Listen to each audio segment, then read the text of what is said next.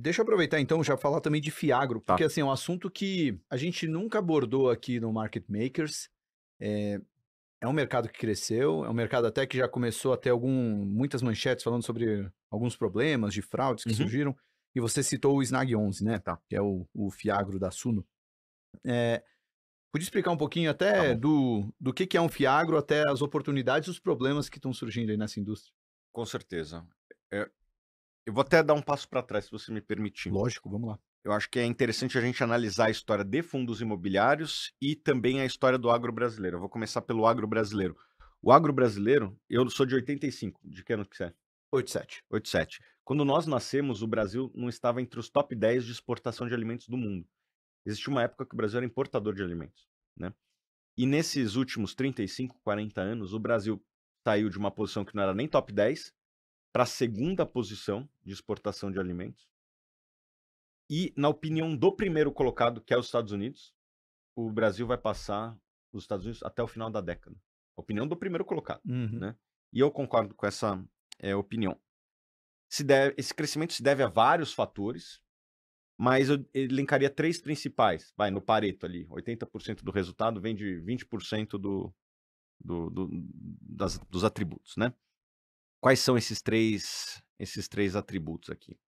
Primeiro, mecanização. Vários dos nossos antepassados vieram no Brasil para trabalhar na roça. Hoje em dia é tudo mecanizado, né? Não existe mais enxada, a não ser uma outra agricultura mais familiar ou não tão moderna. Mas as grandes propriedades do Brasil, ou mesmo as médias e pequenas de algumas regiões, já são bem mecanizadas, trator, etc. Então esse é o primeiro fator. Segundo, talvez o mais importante até, a melhoria de solo do Centro-Oeste. A terra lá era muito ácida e descobriram que se você fizesse alguns tratamentos, aquela terra poderia se tornar a melhor do mundo, sair da pior para a melhor terra do mundo. E hoje o Mato Grosso é o maior exportador do Brasil, né. O problema do Mato Grosso é que ele fica ali no meio da América do Sul, né, o difícil é tirar a produção de lá. A infraestrutura da América do Sul, ela é frágil e o centro consumidor é lá na Ásia, né. Então tem esses desafios logísticos aqui, que eu acho que os fiagros podem até ajudar a endereçar parte deles. E terceiro, a melhoria das sementes. As sementes, elas representavam, mais ou menos 20 anos, Salomão, uns 6% do custo da produção do agricultor. E hoje representa 20. E daí você fala: "Pô, ficou cara a semente, né?". Só que ela está produzindo bem mais. Ela está absorvendo custos que não eram dela, como herbicida, inclusive fertilizante, ela já vem revestida ali, e obviamente muito mais tecnologia dentro, o que permite, inclusive ser plantada em áreas que não eram, possíveis de ser plantadas, né. As melhores sementes não acontecem somente na soja, já existem variáveis de trigo que conseguem ser plantadas no cerrado brasileiro. O trigo que é de clima frio, mexeram tanto na genética que agora vai ser possível plantar no cerrado brasileiro, já existe, está crescendo bastante. Então, essas melhorias permitiram que o Brasil chegasse a essa segunda posição, e eu nem falei também de biocombustíveis, que daí é um assunto que se deveria talvez fazer um programa só disso aí, porque o Brasil tem um potencial de ser do tamanho do Catar em biocombustíveis, né. Bom, isso é na parte de oferta. Isso vai continuar acontecendo nos próximos 5, 10 anos, os tratores da John Deere vão continuar melhorando, a melhoria do solo vai continuar, as sementes vão ficar cada vez melhores, mas uma coisa que eu não citei, Salomão, Hum. e que boa parte da agricultura do mundo tem e nós não, é o que eu chamo de capex do agro, o investimento de longo prazo do agro. Então, vamos dar nomes aqui: irrigação, armazenagem. O problema do Brasil de armazenagem é gritante, é desesperador. Ano passado, nós brasileiros perdemos 40 bilhões de reais, e eu acho que até mais do que isso, em produção, porque por falta de armazenagem. Energia elétrica, tem várias regiões do interior ali, principalmente quando você vai para o norte do Brasil, né, no Arco Norte, o Mato Piba, né, Maranhão, Bahia, etc., que a infraestrutura de energia elétrica, para você ter esses equipamentos, você precisa ter energia elétrica, é muito frágil e às vezes inexistente. Ou se existe é muito caro, o cara bota lá um gerador a diesel, uma placa de energia solar, e também a infraestrutura do Brasil, que nem vou falar, né, assim, ferrovia, porto, Uhum. etc. Bom, a gente cresceu em cima daqueles 3 pilares, mas ainda nós não investimos em irrigação. Hoje no Brasil é 1, 2% da área que é irrigada, no resto do mundo é 20% da área que é irrigada. E daí você fala, o agricultor não faz isso por quê? Né, porque ele não tem informação. Ano passado, em Sorriso, que é o principal município produtor do Brasil, quem tinha irrigação fez 80 sacas por hectare. Quem não tinha fez 40. É a diferença do lucro e do prejuízo. Ah, foi um ano atípico? É, mas os anos atípicos estão ficando cada vez mais típicos, né? Ah, então, a gente não fez capex. E por que que a gente não fez capex? Eu acredito que por alguns motivos. Tem questões regulatórias, você precisa ter outorga para produzir, você tem a questão da energia, mas principalmente não existe funding de longo prazo. O Brasil hoje existe mais ou menos 1 trilhão de reais de crédito, né, entre esse escambo que eu citei agora há pouco, o Plano Safra e outras alternativas de mercado, como CRA, LCA, etc. Tem 1 trilhão. Mas a maior parte desse financiamento é para custeio. Você pega a carteira do Itaú e do Banco do Brasil, 95% são créditos do agro, né? São créditos de 5 anos ou menos. E eu nem culpo os bancos, porque no lugar deles, por regulação, eu teria que fazer a mesma coisa. Uhum. Porque não pode ter um descasamento de ativo e passivo. O banco, você tem lá seu dinheiro num banco, né? Qual que é o banco que você tem? Ah, tenho alguns aí, Tá não vou bom. falar para não dar merchan, né? Beleza, beleza. Mas certamente você tem lá seu CDB, lá do BTG, do Itaú, do Bradesco, do Banco do Brasil. É um CDB de 1 ano, 2 anos. O banco não pode chegar a emprestar em 10, que é o payback de uma operação dessa. Porque senão dá descasamento, dá o problema que deu no Silicon Valley Bank ano passado, né? Os bancos no Brasil são naturalmente conservadores e mesmo se não fosse, tem a rédea curta lá do Banco Central que fica monitorando isso. Então os bancos não podem dar financiamento de longo prazo. O BNDES, todo mundo sabe, as contas públicas têm seus desafios. E, na minha opinião, eu não acho que o BNDES deveria financiar irrigação, porque você está dando empréstimo para um privado que vai exportar alimento para a China. Deveria investir em saneamento no Rio de Janeiro ou no Nordeste, que tem uma externalidade positiva maior para a sociedade, né? Você impacta mais brasileiros. Para mim, não vou nem dizer se o BNDES deveria existir ou não, mas já que existe, deveria financiar coisas que têm uma externalidade e tirem as pessoas da linha de pobreza e não o fazendeiro que já é rico, na minha opinião. Bom, o que dá para fazer? Os fiagros podem dar financiamento de longo prazo. A gente já viu isso, vou voltar agora aqui, nos fundos imobiliários, que tiveram um crescimento astronômico nos últimos 7 anos. Passou de 80 mil investidores para mais de 2,5 milhões nesse período. Acho que poucas coisas no mundo cresceram na magnitude que cresceu a indústria de fundos imobiliários.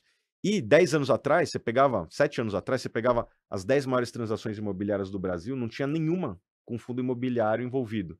Você pega nos últimos 12 meses, das 10 maiores transações imobiliárias do Brasil, 9 têm fundos imobiliários na ponta compradora. Então, os fundos imobiliários, eles cresceram tanto que eles viraram compradores de ativos de longo prazo. Imóvel é tipicamente um ativo de longo prazo. E não só compra de imobilizado, também dá crédito.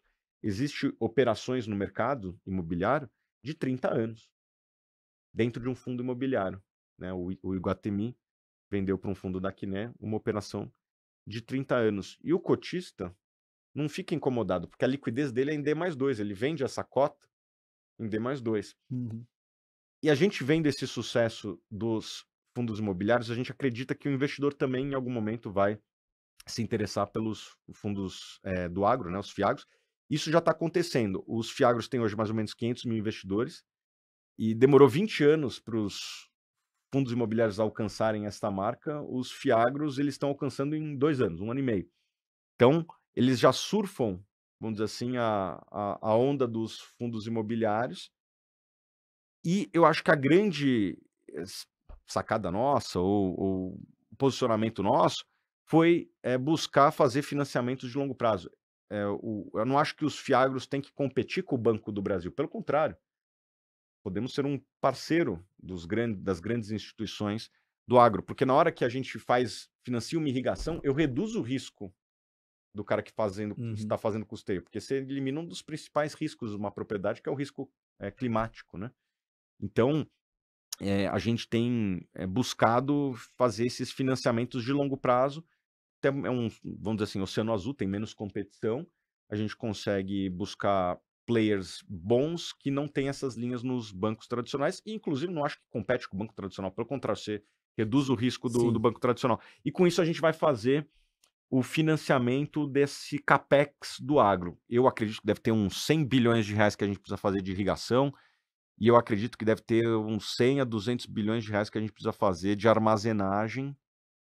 Isso sem falar de energia elétrica e logística também, que daí é também mais algumas dezenas de bilhões de reais. Tá. Então o Fiagro ele vem para suprir esse capex do agro que o Brasil Sim, cresceu em 3 pilares, esse capex do agro que vai garantir um crescimento maior. A gente não tinha esse financiamento e o Fiagro vem até para não só ser uma solução para crescer, como até para os bancos que não poderiam, né, não tinham como dar sim. essa garantia de O longo banco prazo. pode ser um originador Sim. de crédito para os fiagros, como já é lá fora, assim, né? Uhum. Então, eu não acho que os fiagros eles competem com as instituições, eles potencializam as instituições financeiras. E, Salomão, 10, 20 anos atrás, o agro representava mais ou menos 10% do PIB, né? A indústria era forte, né? A Fiesp e tal. A Sim. Fiesp perdeu um pouco da importância e o agro ganhou muita importância, né? E esse X que a gente fez, né? A gente substituiu a indústria pelo agro. Eu acho que não foi o agro que derrubou a indústria, não tem nada a ver uma coisa com a outra, né? Eu acho que foi o custo do Brasil que derrubou a indústria, e o sucesso do agro nada mais é do que a continuidade do que já vinha acontecendo. O agro, quando crescia 5% era 10% do PIB, tinha um impacto de 0,5% no PIB. Quando ele começa a representar 30%, ele cresce os mesmos 5%, adiciona Então. 1,5%. Uhum. Eu acredito que os últimos 5 anos o Brasil cresceu praticamente todos os anos acima do esperado, porque tem pouca gente que está fazendo essa conta no agro. O agro tem surpreendido e isso aí vai entrar dinheiro na economia, né? Porque o agricultor, o produtor rural, ele é gente como a gente. Ele vai no shopping, a esposa quer consumir, né? Ele quer comprar um carro, ele compra lá um apartamento no. Qual que é o nome da cidade lá, João? É Balneário Camboriú, né? Lá em Balneário Camboriú chegou a vender apartamento em soja, né? Caramba. Hilux também já vendeu em soja. Então, eu acredito que o agro vai continuar crescendo, porque a demanda está lá. Vai ter mais bocas querendo comer carne no mundo todo, na Ásia, Uhum. na África, a população cresce, a demanda por proteína cresce mais ainda, e tem essa questão energética. Eu desconfio que o Brasil foi convidado para participar da OPEP, em partes por conta da produção do petróleo, mas também porque o Brasil pode ser um grande competidor do mercado de energia com os biocombustíveis, Uhum. né? Que nem entrei nessa seara aí, que daí é provavelmente o maior mercado do mundo, né? Um dos maiores mercados do mundo aí, o mercado de petróleo, né? Mercado de energia como um todo. E eu queria que você comentasse também um pouco das manchetes recentes sobre Fiagro, né? Uhum. Até para explicar o que aconteceu, mas só para Sim, esclarecer a audiência, né? O João trabalha com o Thiago lá na Suno, tá aqui acompanhando, não é uma voz não é uma voz do além que aqui tá falou de bom. Balneário Camboriú. Mas Legal. o que aconteceu, É, né, nesse mercado aí sim. recente que ganhou notícia? É, os fundos imobiliários lá atrás passaram pelo mesmo problema. Acho que quase toda indústria nova, ela ela tem seus pontos fracos, ela está se descobrindo, tem, players que vão se destacar, tem players que foram paraquedistas, caíram do céu e nunca fizeram agro, mas viram uma oportunidade de lançar um fundo e fizeram. E teve algumas operações não tão boas, como teve em fundo imobiliário lá atrás. E daí vai tendo um darwinismo do mercado, né? Assim, Uhum. os fundos melhores vão captando mais, os fundos que não fizeram boas escolhas vão ficando para trás. Eu acredito que, na média, alguns créditos foram mal estruturados porque os gestores quiseram competir com o custeio, com as instituições. E, cara, tem instituição que tá nesse jogo faz 200 anos. Uma vez eu conversei com um gestor de um fundo agro ligado a uma instituição financeira tradicional do agronegócio. Você pode até imaginar qual que seja. Ele falou que, pô, o gestor liga lá pro cara de corporate do banco, pergunta: tô emprestando para esse cara aqui, o que que você acha? Ah, esse cara em 92 ele atrasou 3 semanas, mas pagou. De lá para cá tá tudo certo. É muito difícil você competir com uma instituição que está há 200 anos e conhece todo mundo daquele segmento. Uhum. E o que me parece é que teve uma certa seleção adversa. O que os grandes bancos não deram de crédito foi parar em alguns fiagros. Por quê? Porque foram competir no custeio com as grandes instituições financeiras, que ganham também do cliente em outras linhas paralelas, né? O Plano Safra, ele é um crédito subsidiado. Você vai lá numa instituição financeira, geralmente no Banco do Brasil, o crédito é mais barato do que o CDI. Só que o banco, ele faz o cross-sell dele, ele vende seguro, ele vende PGBL, VGBL e tal. Ele ganha nas linhas paralelas e ganha menos no crédito. Uhum. Pô, mas Usa o crédito quase como um CAC é, para que e adquirir o cliente. exatamente. Só que o Fiagro só tem o crédito. Você vai competir com esse cara aqui? Você não tem seguro para vender, você não Uhum. tem asset para vender. Ou se tiver, é outra linha, é outro cliente, né? Sim. Então, não me parece inteligente você competir com os grandes bancos no custeio. É muito melhor você financiar algo que o grande banco não opera. E várias assets foram por esse caminho de competir no custeio, e daí a seleção adversa leva a eventuais defaults, né? Inadimplências, o agro deu uma fechada de tempo, os preços das commodities caíram, deu seca no centro-oeste, alguns eventos climáticos aí no Rio Grande do Sul que todo mundo soube. Então, você pega tudo isso aí que acontece no agro todo ano, alguma coisa desse tipo, na hora que pega em cheio, matou o cara que era mais ineficiente, que justamente estava pegando crédito Uhum. nesses fiagros. Mas eu acho que assim, foi um início ruim de alguns, não de todos. Eu diria talvez aí metade dos fundos, um pouco mais.